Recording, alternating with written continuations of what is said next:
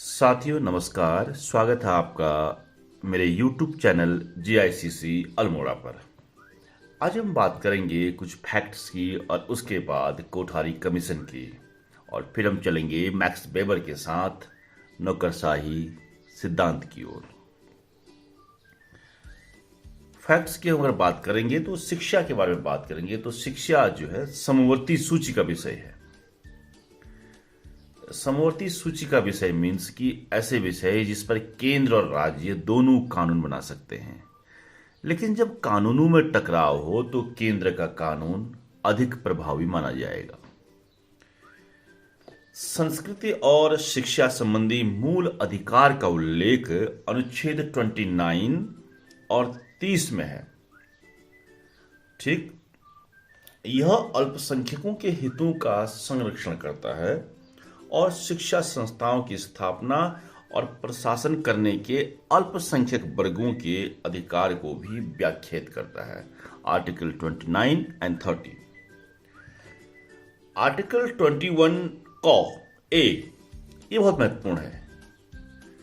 यानी अनुच्छेद 21 क में घोषणा की गई है कि राज्य 6 से 14 वर्ष तक की उम्र के बच्चों को अनिवार्य एवं निःशुल्क शिक्षा उपलब्ध कराएगा। इसका निर्धारण राज्य करेगा। यह व्यवस्था 86वें संविधान संशोधन अधिनियम 2002 के अंतर्गत की गई है। ठीक, यानी जहां पर बच्चों को एलिमेंट्री एजुकेशन देना एक बना दिया गया फंडामेंटल राइट, तो वो किस आर्टिकल के अंदर है? 21A के तहत। इससे पहले भी जो राज्य के नीति निर्देशक तत्व थे,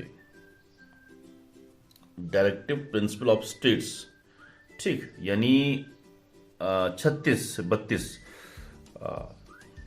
से 51 के बीच में, तो वहां पर भी एक बात हुई थी आर्टिकल 45 के अंतर्गत बच्चों के लिए निःशुल्क और अनिवार्य शिक्षा की व्यवस्था। ये संविधान में पहले से ही था, लेकिन क्या है, डायरेक्टिव प्रिंसिपल का पार्ट है, इसलिए ये बहुत इम्पॉसिबल नहीं है स्टेट्स के लिए इसको लागू करना। हाँ, जब 21A में आ गया एलिमेंट्री एजुकेशन, तो अब ये फोर्सेबल हो गया, इसको करना ही है। मूल कर्तव्य जो है हमारा अनुच्छेद 51A के तहत प्रत्येक नागरिक का कर्तव्य होगा कि वह 6 से 14 वर्ष तक के अपने बच्चों को शिक्षा प्रदान कराएगा। ठीक, तो ये कुछ संवैधानिक फैक्ट्स हो गए शिक्षा पर। आगे कुछ बात करेंगे कोठारी कमीशन पर। कोठारी कमीशन के कुछ सुझाव हैं। वो कहते हैं कि शिक्षा परिषद का निर्माण राज्य स्तर पर किया जाए, जिसका कार्य मंत्रालय के कार्यों का मूल्यांकन करना हो। एक बात। दूसरी बात वो कहते थे कि अराजपत्रित कर्मचारी हेतु सेवाकालीन पाठ्यक्रम आयोजित किया जाए। तीसरी बात, राज्य एवं केंद्र शासित प्रदेशों में शिक्षा अधिनियम बनाया जाए और उस अधिनियम के अनुसार ही शिक्षा प्रशासन की पुनर्व्यवस्था की जाए। आगे कहती है कोठारी कमीशन, राज्य को शिक्षा विभाग से 50% व्यक्तियों की पदोन्नति करके शिक्षा मंत्रालय में लेना चाहिए, जिससे देश की संपूर्ण समस्याओं के संबंध में जानकारी प्राप्त हो सके, क्योंकि ये सभी व्यक्ति अपने अपने प्रदेश की शैक्षिक समस्याओं से अवगत होंगे। शिक्षा अधिकारियों के प्रशिक्षण हेतु स्टाफ कॉलेज खोले जाएं। भारतीय शिक्षा सेवा का गठन राष्ट्रीय स्तर पर किया जाए। इस सेवा के अधीन संचालक, जिला स्तर के अधिकारी, केंद्र एवं प्रदेश के शिक्षालयों के प्रधानाचार्य एवं शिक्षकों के पद हो। भारतीय शिक्षा सेवा के समान ही राज्य में राज्य शिक्षा सेवा का गठन किया जाए। तो ये कोठारी कमीशन की रिकमेंडेशन थी, और रिकमेंडेशन बहुत सुंदर थी। अगर इस पर काम किया जाता तो निश्चित रूप से शिक्षा में एक गुणवत्तापूर्ण जो माहौल है वो शायद तैयार हो पाता, लेकिन नहीं हो पाया। चलिए हम बात करते हैं आज मैक्स वेबर की। प्रशासन अगर नौकरशाही के रूप में हम देखते हैं तो यहाँ पर जो मैक्स वेबर का सिद्धांत है बड़ा महत्वपूर्ण था। अब जो मैक्स वेबर ने जो है बेसिकली इन्होंने काम किया सोशियोलॉजी के क्षेत्र में, और कई नए इन्होंने डायमेंशन को जन्म दिया। जर्मनी के हैं, फिलोसोफर हैं, पॉलिटिशियन हैं, इकोनॉमिस्ट भी हैं, और मैक्स वेबर के नाम से शायद में हर कोई वाकिफ भी है। शैक्षिक प्रशासन में संगठन की संरचना पर इन्होंने अधिक बल दिया है। प्रशासन में नौकरशाही प्रारूप मैक्स वेबर ने ही प्रस्तुत किया था, और वेबर का मानना था कि उत्तम उपलब्धि तथा सर्वाधिक लक्ष्य सिद्धि के लिए नौकरशाही प्रारूप से उत्तम कोई व्यवस्था हो ही नहीं सकती है। अनुशासन, स्थायित्व, कुशलता तथा लक्ष्य प्राप्ति की विश्वसनीयता के लिए यह सर्वोत्तम प्रारूप है नौकरशाही। नौकरशाही व्यवस्था में व्यक्तिगत, अतार्किक, सांविधिक तत्वों एवं कारकों का कोई स्थान नहीं है, ऐसा कहते हैं मैक्स वेबर। और इस व्यवस्था में श्रम विभाजन पाया जाता है और तकनीकी क्षमता के आधार पर रोजगार दिए जाते हैं। नौकरशाही से आशय जो है वो है अनिर्वाचित शासकीय पदाधिकारियों की संस्था से बेसिकली है। अगर हम अलग तौर पर समझें इसको तो नौकरशाही प्रशासकीय नीति निर्माता समूह से है। नौकरशाही शब्द एक नकारात्मक अवधारणा समाहित किए हुए है, और नकारात्मक अवधारणा से आशय जो है वो बेसिकली जटिलता है, अक्षमता है और कठोरपन से है। और समस्त आलोचनाओं को स्वीकार करते हुए भी मैक्स वेबर ने नौकरशाही के समर्थन में तर्क दिए हैं। और वेबर के अनुसार नौकरशाही सर्वाधिक सक्षम और विवेकशील माध्यम है, ऐसा कहते हैं, जिसमें मानव के क्रियाकलापों को संस्थागत रूप दिया जाता है। अब देखिए, जो ब्लो हैं उन्होंने वेबर के विचारों की विशेषताएं बताई कुछ। पहली बात की अधिकारियों का उच्चोक्रम है, व्यक्तित्ववाद है, नियमों की व्यवस्था है और विशेषीकरण की व्यवस्था है। ये ब्लो कह रहे हैं 4 बातें मैक्स वेबर के बारे में। नौकरशाही से लाभ क्या होंगे ये बात जब करते हैं तो प्रशासनिक प्रक्रिया की आवश्यक बातें सभी जगह प्रयोग में लाई जाती हैं। इसलिए नौकरशाह विशेष रूप से प्रशासन में प्रशिक्षित प्रत्येक प्रकार का संगठन जिसमें शिक्षा भी सम्मिलित है का प्रशासन कर सकता है। एक बात। दूसरी कि नौकरशाह जो है प्रशिक्षित और अनुभवी होता है और किसी विशिष्ट व्यवसायिक क्षेत्र के प्रति न होकर एक सामान्यविद होने के कारण निर्णय अधिक जो है ऑब्जेक्टिव होगा उसका और निष्पक्ष होगा और एक तरह से तटस्थ होगा। आगे वेबर कहते हैं इसके पक्ष में कि नौकरशाह अपने अनुभव और अभिवृत्तियां अपने मूल संगठन से प्राप्त करता है।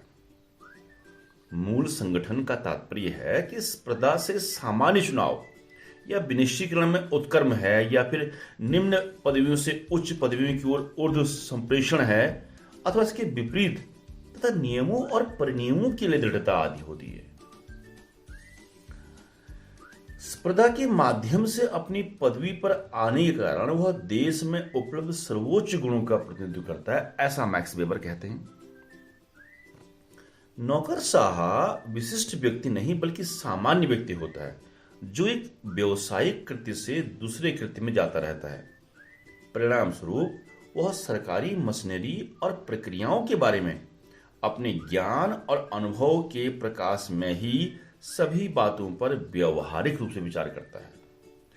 नौकरशाह अपने वेतनमान चालू वेतनमान से प्राप्त करता है और नौकरशाह की नियुक्ति उच्च वेतनमान लेने वाले वरिष्ठ अधिकारियों की तुलना में क्या हो जाती है, मितव्ययी हो जाती है। ये इसके पक्ष में बात कर रहे हैं कौन, मैक्स वेबर।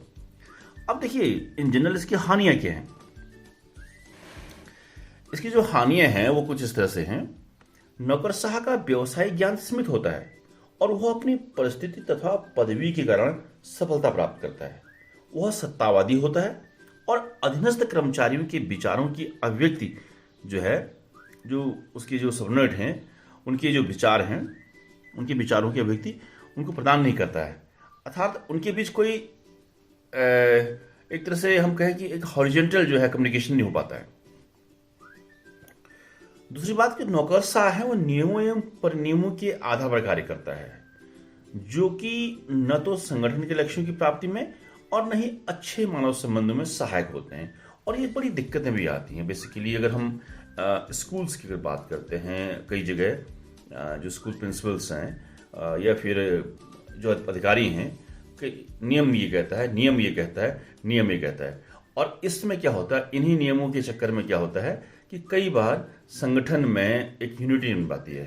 अब देखिए, संगठन जैसे हम करें स्कूल संगठन है, तो स्कूल संगठन का जो अल्टीमेट टारगेट किसी अधिकारी या मंत्री को कुछ करना नहीं है। उसका अल्टीमेट टारगेट है कि बच्चे का अपलिफ्टमेंट है, उस छात्र को आगे ले जाना है, उसके लिए काम कर रहे हैं। लेकिन जब संगठन में क्लैश रहेगा तो फिर कैसे काम हो पाएगा, ऐसा ये इसका एक नुकसान बता रहे हैं बाइबल के सिद्धांत का। देखिए, नौकरशाही जो है न तो वो कोई तकनीकी ज्ञान रखता है और न ही शैक्षिक प्रशासन के लिए आवश्यक विशिष्ट ज्ञान और कौशल। अपने नवीन कार्य की आवश्यकताओं के साथ समायोजन करने से पहले उसे लंबे समय तक त्रुटि प्रयास द्वारा कार्यों को सीखना पड़ता है। नौकरशाह को अपने मूल संगठन में अंतर होना संभव है। इस प्रकार शैक्षिक विभाग में प्रशासन की निरंतरता टूट जाती है, जो शैक्षिक क्रियाओं को बहुत हानि पहुंचाती है, क्योंकि क्रियाओं में सफलता के लिए स्थिरता आवश्यक है। और ये हम आजकल देख रहे हैं, शिक्षा विभाग में जो नित्य नए प्रयोग होते हैं वो नौकरशाही के तरफ से होते हैं, और उन प्रयोगों का जो असर होता है वो कहीं ना कहीं उन शिक्षण संस्थानों में पढ़ने वाले छात्र छात्राओं पर पड़ता है। इसकी आलोचना, जैसे अगर मार्क्स की हम बात कर रहे हैं कि इसकी तो हानि हमने की, इसकी हानियां ये हैं। अब इसकी जो क्रिटिसिज्म है नौकरशाही की, कार्ल मार्क्स ने इसकी आलोचना की और कहा कि सरकार में नौकरशाही का विकास प्राकृतिक रूप से उसी तरह होता है जैसे निजी समाज में एक कॉरपोरेशन का होता है। यदि कॉरपोरेशन और सरकारी नौकरशाही एक दूसरे के विरोधी दिखाई देते हैं, जबकि वास्तविक स्थिति में अपने अस्तित्व के लिए एक दूसरे पर ही विश्वास करते हैं। अगली बात, राजशाही चीन और रशियन साम्राज्य का उदाहरण देते हुए जॉन स्टुअर्ट मिल ने नौकरशाही को राजतंत्र का अनिवार्य घटक माना है। अब मिल नौकरशाही को राज्य का पृथक रूप मानते हैं और उसे प्रतिनिधित्व लोकतंत्र से पृथक मानते हैं। मिल नौकरशाही का समर्थन करते हुए कहते हैं कि नौकरशाही के कुछ लाभ हैं और उनमें सबसे आवश्यक है अनुभव का संचय। अगर हम आज की बात करें भारत की, तो वर्तमान भारत में शिक्षा जो प्रशासन की संकल्पना है वो बृहद आयाम लिए हुए बेसिकली, और भारतीय संविधान में उल्लिखित राज्य शब्द की व्यापकता को सर्वोच्च न्यायालय ने समय समय पर क्या है परिभाषित किया है। शिक्षा संस्थान स्वयं में अर्ध न्यायिक निकाय है, अर्थात शिक्षा संस्थान प्रशासन के नियम स्वयं बना सकते हैं, लेकिन नियम सम्मत होना अनिवार्य है। कुछ फैक्ट्स हैं, कार्ल मार्क्स के बारे में बात करते हैं। कार्ल मार्क्स ने जो नौकरशाही की भूमिका एवं कार्य के संबंध में जो अपने सिद्धांत दिए, उनकी जो है पुस्तक है, उसका नाम है critique of Hegel's philosophy of right, 1843 में आई थी। 1860 में मिल ने लिखा कि राजतंत्र की सफलता के लिए नौकरशाही आवश्यक है। लुडविग वॉन मिसेस एक जो है ऑस्ट्रियन इकोनॉमिस्ट हैं, उन्होंने नौकरशाही की काफी आलोचना की है। और अमेरिकन जो समाजशास्त्री हैं रॉबर्ट के मर्टन, इन्होंने मैक्स वेबर के सिद्धांत को बड़ा रूप प्रदान किया है, और इनकी किताब है सोशल थ्योरी और सोशल स्ट्रक्चर, जो आई 1957 में। तो इस तरह से ये नौकरशाही पे जो मैक्स वेबर का सिद्धांत था, इसके लाभ और हानियां आज हम समझ पाए हैं। उम्मीद करते हैं कि इस टॉपिक से आप थोड़ा बहुत कुछ समझ पाए होंगे। आगे हम बात करेंगे शैक्षिक प्रशासन के अन्य बिंदुओं पर कुछ आने वाले वीडियोस में, ब्लॉग्स में। मेरे साथ बने रहने के लिए आप सबका बहुत बहुत धन्यवाद। Thank you very much.